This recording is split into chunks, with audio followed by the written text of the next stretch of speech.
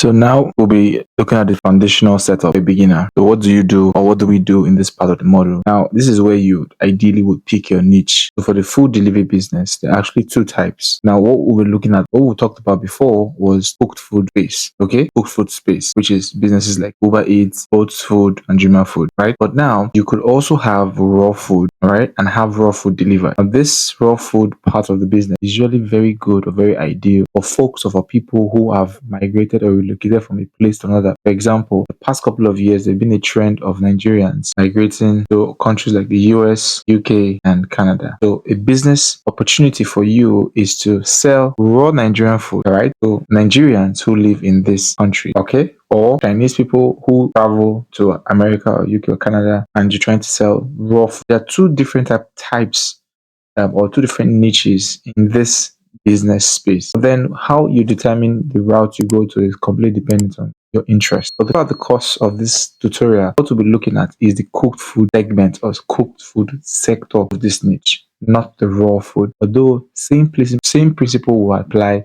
same thing, same setup, everything. The only difference is that you are going the route. The only difference between the cooked food and the raw food is that cooked food is time sensitive, so very time sensitive, right? But the raw food is not time sensitive, meaning anytime the customers would receive their food items, they're okay, all right? It's not compulsory that they receive it almost immediately. But food, nobody wants to eat their food cold, so food delivery has to be very fast. Matter of fact, speed is one of your selling points. If you cannot assure speed, there's no need to go into this business. Don't worry, I'm going to tell you or show you how you can do this, how you can offer speed. Right? So there are two sectors of this niche. So you have to choose which one you want to get into. And when you've made up your mind, for example, we are in the cooked food space when it comes to food delivery. Now, in this cooked food space, you can decide to also niche down a bit further and say you want to be able to have a food delivery service for just burgers, or you want to be supplying just pizza, or you want to supply just spag, or you want to supply just soups. Okay. Now, when you sub niche like this, it's easier for you to start because remember, you're starting, you're a beginner. So having somewhere you are challenging your targeting, your offering, it's very essential. Either you're doing just burgers or pastries. All right. So how I started with burgers. I started with burgers, then I included pizza. And don't worry, like I said, you're going to find out what I mean by this. I included pizza. Then after pizza, I went into all pastries, included cakes. All right, so I included cakes in mine. So this is how it works. So you could look at what type of food you want to start selling, what type of food you want to get into. This will help you to be able to hit the nail on the head and help you with your marketing, help you with your content development, help you with how the website or the app will be built, how it will be structured. Everything comes from when you've made this decision as regarding the niche you want to head into. When you've decided on the niche or the type of food, you also look at your audience. Who are you targeting? Because they're very important. Are you targeting stay-at-home moms? If you're targeting stay-at-home moms, you might not really sell very well because they are stay-at-home moms. They have the time. But if you're targeting working class, okay, people who are working, lawyers, accountants who are probably going to be in the office, and if they work from home, they don't have the time to cook food. They also want to order food. So try and figure out who are the audience. And when you're figuring out your audience, something you need to do is don't think about your audience, your target audience as everybody. Think about one person. Build a business persona or a buying persona. That buying persona tells you type of people. It's fictional, but it'll tell you the type of person you should be targeting. So when you have that type of person, which comprises of their age, their location, their gender, yes, so who will buy more from you, men or women? Okay, this when you have the buying persona, it's easy for you to then target. I mean, design your journey to better chase after this ideal customers. And you also need to define your vision and your mission. Okay, what is your vision? What are you trying to do that no other person is trying to do. Okay, your vision. When you have your vision, then you could then have a mission that will help you in achieving this vision. So what is your vision? Are you trying to be Bolt or Jumia Food? Don't try to be them because you can't be them. These businesses have unique things that makes them stand out from each other, even if they run the same time, almost the same type of business. What's your vision? Your vision, are you trying to be, are you trying to make food available, or are you trying to make food affordable? All right. What are you trying to do? Why are you getting into this business? All right. Or are you just trying to make money? Okay. You just would not want to make money. This should not be your vision. At least not your only vision. You should have other visions that are not money related, because money sometimes would not come as fast as you want them to come. Some seasons you make more, some seasons you make less. But if your goal is just money, then you would not look at the consumer part of things. All right, the consumer part of things, you will not look at it. That is going to be a pitfall. Every business has to put the consumer, the customer in the forefront. When you think about that, your vision as per satisfying your customers, your vision as per customer, consumer friendly.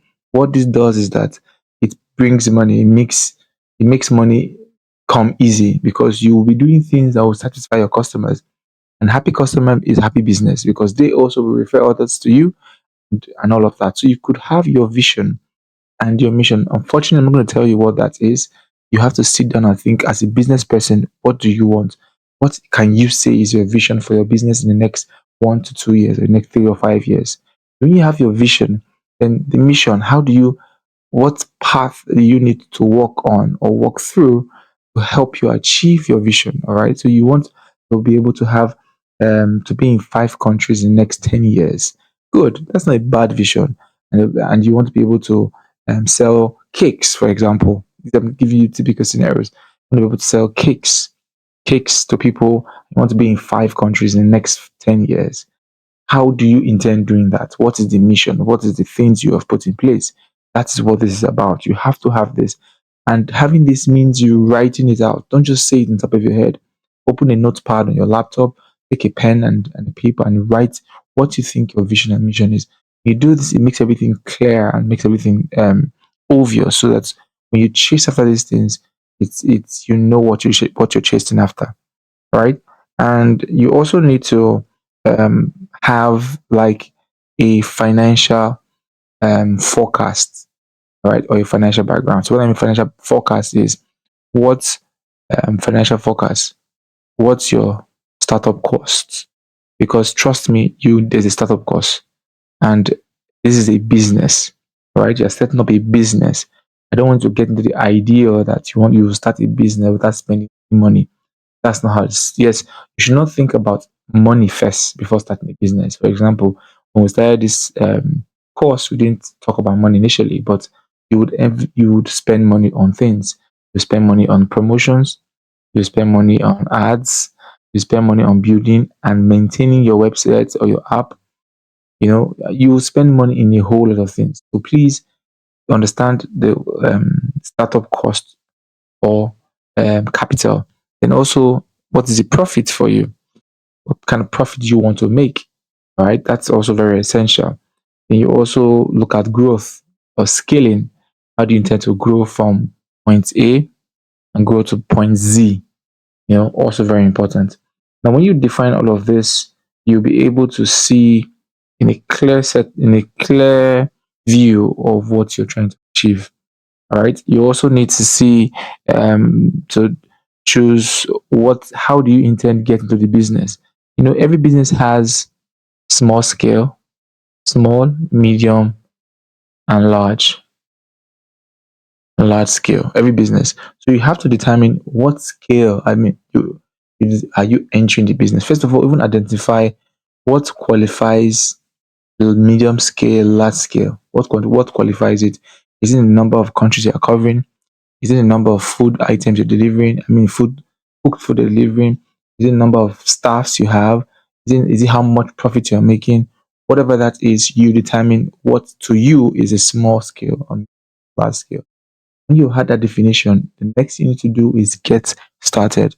Choose how you tend to enter. A lot of times, some people want to go in through the medium scale. Not bad, but then again, what I advise is target entering into it through the medium, not the small scale, the medium scale. So that even if you fall short, you still fall short back to the small scale. But if you choose small scale, you have a small mindset, and a lot of things that you need to do would either be postponed, you either procrastinate, or you just give up altogether. But when you enter through the medium scale or medium phase, it means some things will be in action.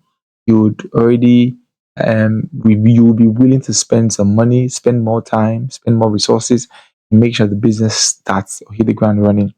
Then, if we do this for you, all right, help you create the business, help you create all of these things, you'll be entering into the large scale, meaning you're hitting the ground running, everything in play, or you should just start to make money. All right. And if you're going to go on with the large scale, means you have to register your business, okay, in the country you're in. If you're in Nigeria, register with CAC.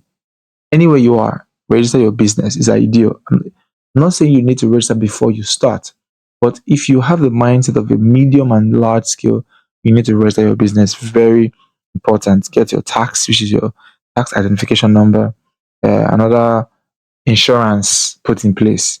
That's if you're entering to the large scale. If you're entering to the large scale, registration, insurance, then you also have some other compliance documents that need to be purchased, or assessed if you are going to the large scale. But if you're going to the medium scale, once you register your business and you take it from there, gradually you get to the large phase, last stage of the business. Now that we've seen all of that, we've seen how you can set up or what you need to set up as a beginner. We're going to see now how you could build your platform, which is the tech side of things.